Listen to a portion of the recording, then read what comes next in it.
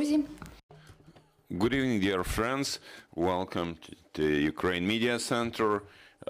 I'm Olga Temanova, and now in our Media Center we are to meet our guests from the World Health Organization and the Minister of Health. And now I'm to give the floor to my co-moderator, Dr. Margaret Harris. You're welcome. So much, Olga, and thank you so much, the Ukraine Media Center, for giving us a great privilege of holding this press conference here. Today we will have 4 people attending, but we have 2 speakers. First will be Minister Viktor Liashko, the Minister for Health for Ukraine, whom you all know very well, and also speaking next will be Dr. Tedros Adhanom Ghebreyesus, our Director General for the World Health Organization.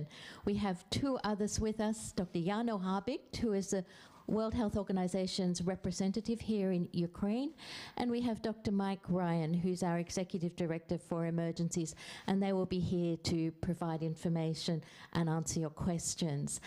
But now, as the Minister is very pressed for time, I will call on Minister Liashko to please make the first intervention.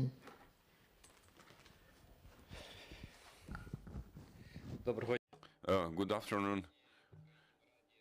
Today, we have the pleasure of welcoming in Ukraine the Director General of the World Health Organization, Tedros Ghebreyesus, with his team. We have had an intense day today. First of all, we have shown our guests the terrible consequences of what Russian occupants have been doing in Ukraine by shelling residential quarters, shelling civilian hospitals.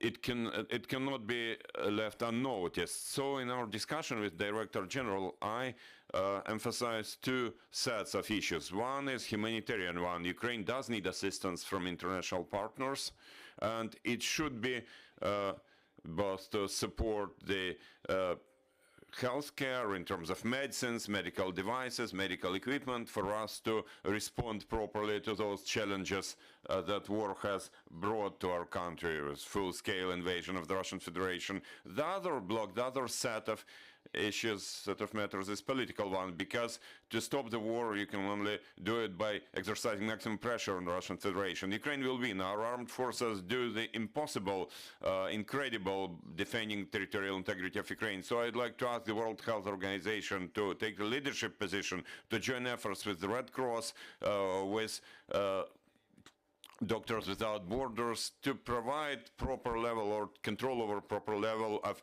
medical care for Ukrainian prisoners of war.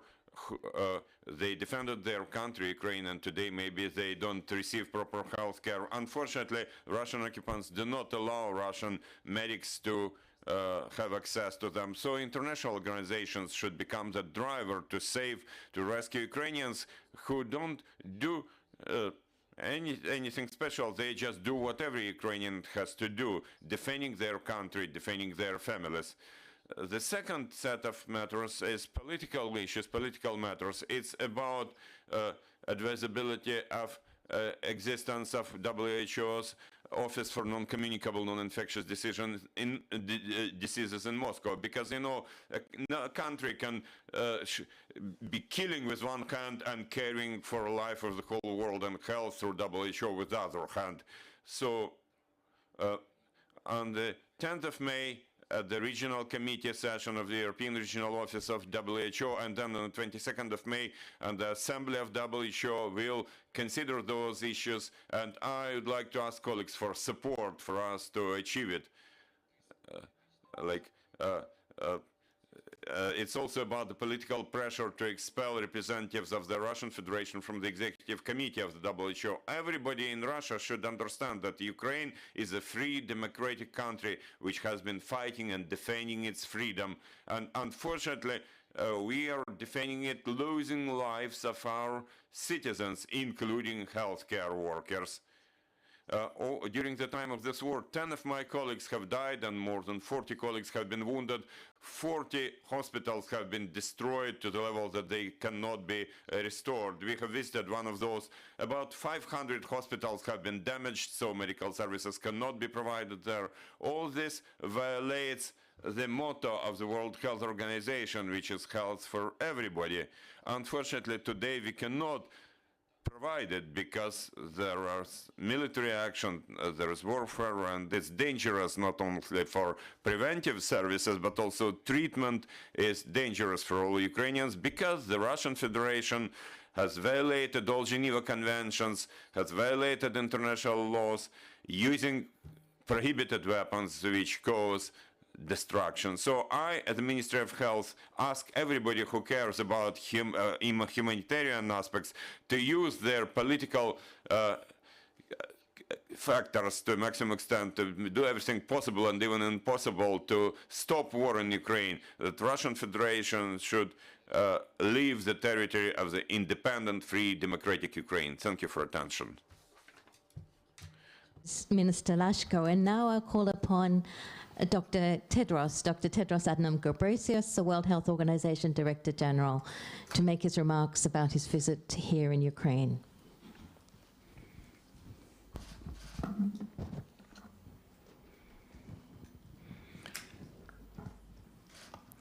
Your Excellency, Minister Viktor Liashko, members of the media, good evening, and thank you all for joining us this evening. I have spent the last 2 days in Ukraine and have been deeply moved by what I have seen and what I have heard. I have also had the honor of meeting with Prime Minister Shimhal, Deputy Minister of Foreign Affairs Zaparova, and others. We discussed the health situation in Ukraine and how WHO can best support the Ministry of Health to deliver care in conflict areas, as well as to sustain care for those who need it throughout Ukraine. My time here has affected me very personally. As someone, myself, who grew up in a war zone, I understand only too well how the people of Ukraine feel. The worry for family and friends, the fear, the sense of loss, and so on. Because I know the impact, I know the devastation of war firsthand. And I felt very, very sad when Russia invaded Ukraine, because I know its impact and devastation. However, I have seen extraordinary resilience, people who have suffered loss and destruction but have not given up.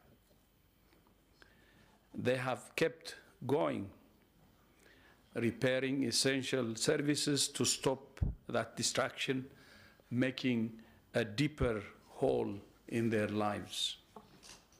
I have seen the damage inflicted on health structures and listened to accounts of the harm, physical and mental, inflicted on health workers.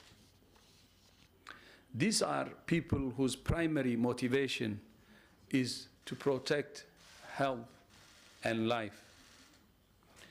WHO has now verified 200 attacks on healthcare in Ukraine since the war began. These attacks must stop. Healthcare is never a target. While I saw and learned of great suffering, I also saw bravery, humor, kindness, and heard stories of spontaneous, often ingenious ways people have found to help and protect one another. Some of those I'm talking about are our own WHO staff, who, although they have lost their homes, fear for their families, deal with daily uncertainty, have kept working to support the health needs of the people of Ukraine. Our team in Ukraine was working hard to support the country to build an ever stronger health system before the war. And that work will continue. Since Russia invaded Ukraine, WHO has delivered trauma and emergency supplies for use in over 15,000 surgeries and enough medicines and healthcare equipment to serve 650,000 people.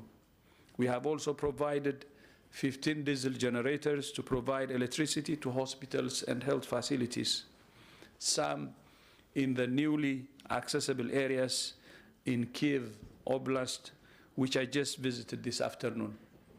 And we're handing over 20 ambulances tomorrow. WHO has also supported or coordinated more than 50 emergency medical teams in Ukraine and neighboring countries hosting refugees. And in past months, we have trained thousands of Ukrainian healthcare providers on how to handle mass casualties. This includes training on hospital blood transfusions in conflict settings, traumatic limb injuries, emergency nursing care, and essential burns care. We have also established 3 health hubs in Western Ukraine to support medical evacuations and ensured safe medical evacuation of patients, including those suffering from cancer, for treatment outside Ukraine. These are just a few examples of the work we are doing. I have been very moved by the resilience of the Ukrainian people, the bravery of Ukraine's health workers, the dedication of our own WHO staff, and the commitment of the Ministry of Health under his leadership and the government of Ukraine to protecting health in these terrible circumstances. My message to all the people of Ukraine is that WHO stands with you. We will do everything we can to support the government in its efforts to treat the injured, maintain health services, and to repair and strengthen Ukraine's health systems. But there is one medicine that WHO cannot deliver, and which Ukraine needs more than any other, and that is peace. So we continue to call on the Russian Federation to stop this war. Thank you. Dziękuję. Thank you, Dr. Tedros. I'll now open the floor to questions. As I should remind you, both speakers are very pressed for time, so we will not be able to ask many questions, but please give your name, your media outlet, and please indicate who your question is to. I'm looking at the floor now. I can see Якщо можна, пані Маргарет. If possible, Margaret, now we will start with Ukrinform, Ukrainian National News Agency. We have 2 questions for Director General, and the questions are as follows. How WHO handles the issue of catastrophe in those occupied territories, the shortage of medicines, shortage of medical staff, and how the WHO responds to the needs of Ukrainians in the occupied areas, occupied by Russians?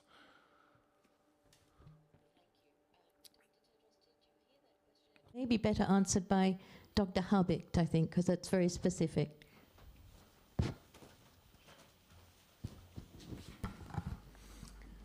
Thank you for the question. What WHO has been doing in more than 70 days as the war has been going on in Ukraine, has asked the corridors to ensure, then the humanitarian corridors to Luhansk, to Donetsk, as well as now to Mariupol, many other places, to ensure that the humanitarian goods, including medicines and the trauma kits and others that the healthcare workers need, are reaching to those places. There are convoys, UN humanitarian convoys, multi-agency, that have reached to Sumy and some places where also now access is available. So we ask the corridors to ensure that the civilians have the support. In the past week, together with many, including the UN and ICRC, we have been with our team in the field in Zaporozhye, part of the evacuation from Mariupol. And this is very practical what we do to ensure that those who are able to move can get quick care and support, from mental health to any other treatment that they need. And our team is there, and we continue to do that. So humanitarian corridors and those who are evacuated, to provide them the essential care as soon as possible. Thank you. Thank you, Dr. Habicht. The next question. Hi there. I'm Bardi Afshin from Volent Media, Iran International. Dr. Tedros, Dr. Ryan, Dr. Habicht. It's good to see you after 2 years, which hasn't been really easy for you. And I do appreciate you did put your heart and soul to tackle a world pandemic. My question is, would you consider targeting healthcare facilities an act of war, a war crime? Thank you. I think this might be one for Dr. Ryan to answer.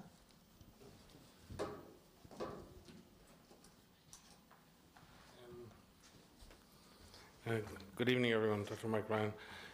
Yes, intentional attacks on healthcare facilities are a breach of international humanitarian law, and as such, based on investigation and attribution of the attack, represent war crimes in any situation.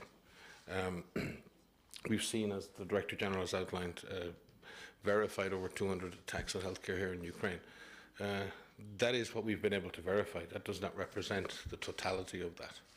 Under the Resolution 2286 of the United Nations General Assembly, WHO is tasked with documenting and verifying those events, and it is then the job of the Secretary General's Office and the International Criminal Court and others to investigate the criminal aspects of those attacks.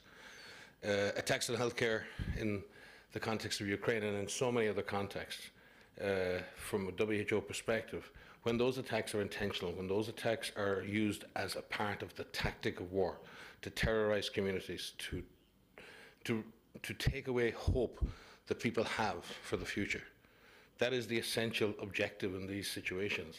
And it is very clear in international law that it is not only the responsibility of conflicting parties not to attack healthcare facilities, but to deliberately not target them.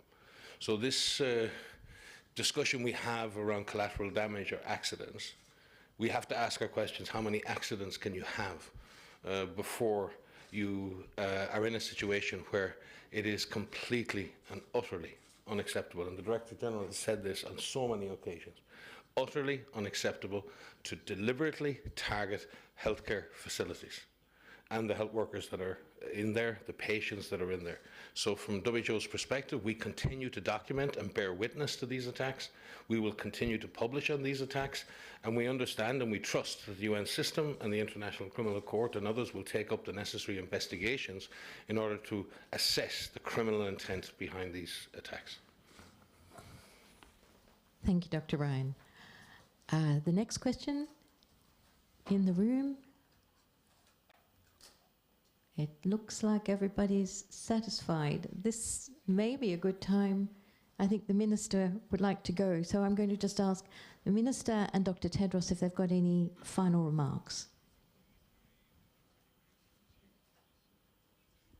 No, so I'm going to say thank you very much to all of you, and again to the Media Centre and Olga for your warm welcome, and really appreciate the time here, and thank you very much. We will make all the materials available in due course. Thank you very much. Thank you.